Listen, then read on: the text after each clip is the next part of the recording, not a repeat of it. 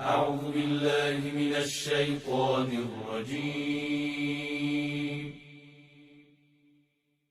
بسم الله الرحمن الرحيم. وما أرسلنا من رسول إلا بلسان قومه ليبين لهم فيضل الله من يشاء ويهدي من يشاء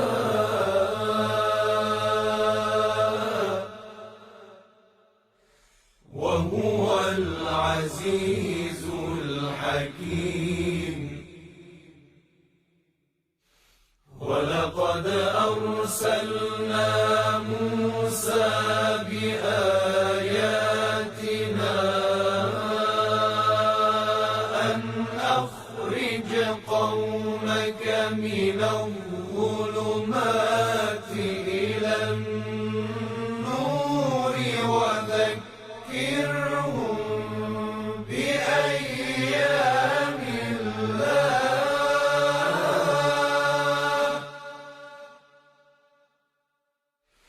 إن في ذلك لآيات لكل صبار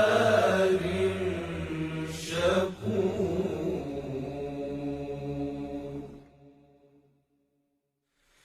وإذ قال موسى لقومه اذكروا نعمة الله عليكم إذ أنجاكم من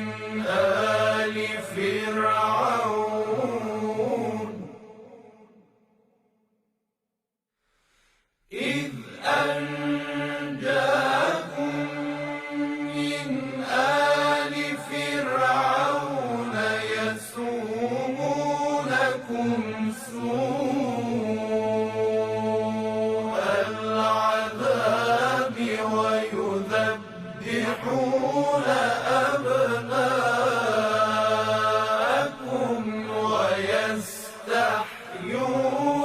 نساءكم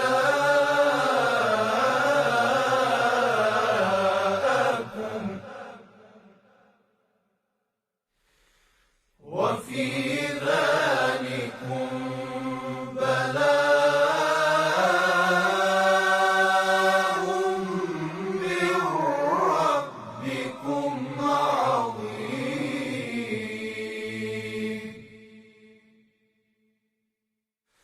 وإذ تأذن ربكم لئن شكرتم لأزيدنكم